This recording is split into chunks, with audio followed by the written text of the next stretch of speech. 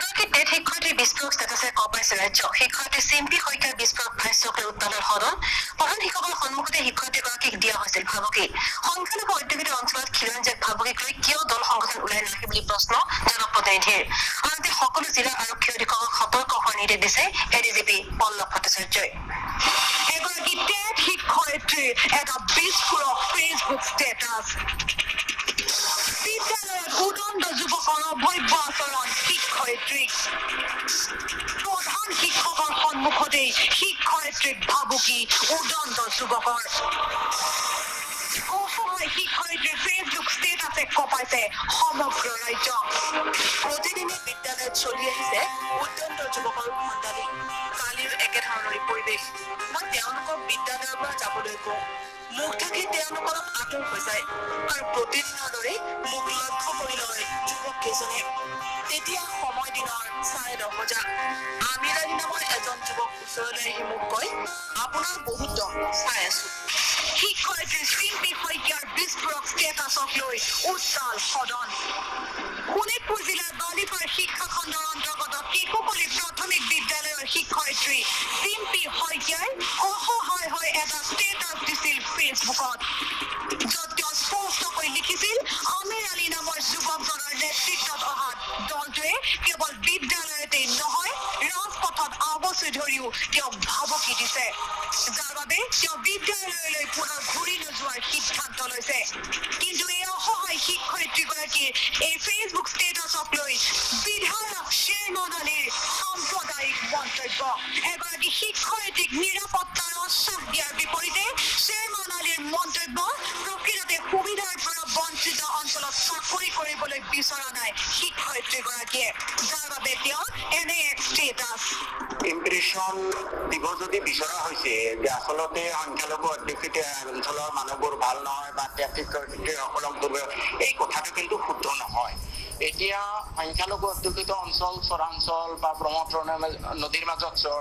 TET শিক্ষয়িত্ৰী এগৰাকী গুৱাহাটীৰ পৰা বা নলবাৰীৰ পৰা যিসকলে কোনোদিন চৰ দেখা নাই কোনোদিন নাৱত উঠি ভ্ৰমণ কৰা নাই কোনোদিন নদী দেখা নাই বা তাত আধুনিক জগতৰ সকলো সা সুবিধা ৰহিত এটা অঞ্চল তেনেকুৱা ক্ষেত্ৰত তেওঁলোকে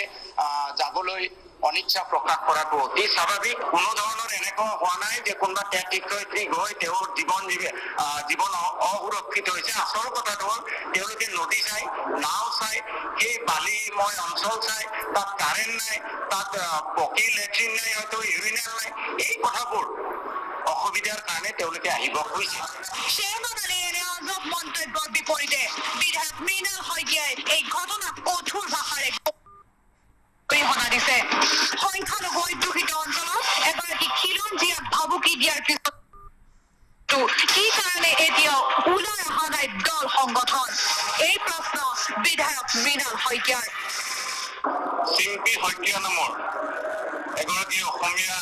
শিক্ষয়িত্ৰীক আলী আহমেদ উপাধিধাৰী কেইজনমান অসমীয়া ভাষা নজনা ব্যক্তিয়ে নিৰ্যাতন কৰি আছিল কিন্তু মোৰ এটা প্ৰশ্ন হয় যে যিবিলাক আজিকালি দল সংগঠনে খিলঞ্জীয়াৰ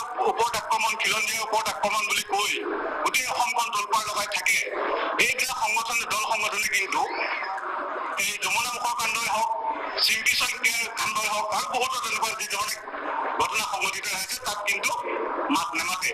তাৰমানে প্ৰশ্ন হয় যে এইসকলে নগাঁও কাণ্ডত তেনেকুৱা ধৰণে হৈ হাল্লা কৰিলে এই চিম্পী শইকীয়াৰ কালি যিটো ঘটনা হ'ল তাত কিয় একো মাত মতা নাই এগৰাকী টেট শিক্ষয়িত্ৰীৰ লগত সংঘটিত হোৱা এনে ভয়াৱহ ঘটনাৰ বিৰুদ্ধে ব্যৱস্থা ল'বলৈ সক্ৰিয় হৈছে অসম আৰক্ষী এডিজিপি পল্লৱ ভট্টাচাৰ্যৰ মন্তব্য ইতিমধ্যে সকলো জিলাৰ আৰক্ষী অধীক্ষকক এনে ঘটনাৰ বিৰুদ্ধে সতৰ্ক হোৱাৰ নিৰ্দেশ প্ৰদান কৰা হৈছে আচলতে পৰ্যবেক্ষণ কৰি থকা হৈছে শিক্ষা বিভাগৰ এইটো এটা বিষয় আমিও এইটো এটা যিটো আপোনালোকে কৈছে আজি এইটো কথা এছেম্বলিত ওলাইছে আমি আচলতে আমাৰ আৰক্ষী বিভাগক মানে এছ পি বিলাকক অলৰেডি সতৰ্ক কৰি দিয়া হৈছে কিন্তু আজি এই ঘটনাটোৰ পিছত আমি এইটো কথাও মই শোণিতপুৰ আৰক্ষীৰ লগত অলপ যোগাযোগ কৰিছোঁ যিটো ঘটনা কৈছে মানে চতিয়াৰ কথা কৈছে খুব সম্ভৱ চতিয়াত তেনেকুৱা এটা ঘটনা হৈছে বালিপৰা হয় গতিকে এইটো আমি পৰ্যবেক্ষণ কৰিবলৈ তেওঁলোকক কৈ থকা হৈছে ৰিপৰ্ট নিউজ লাইভ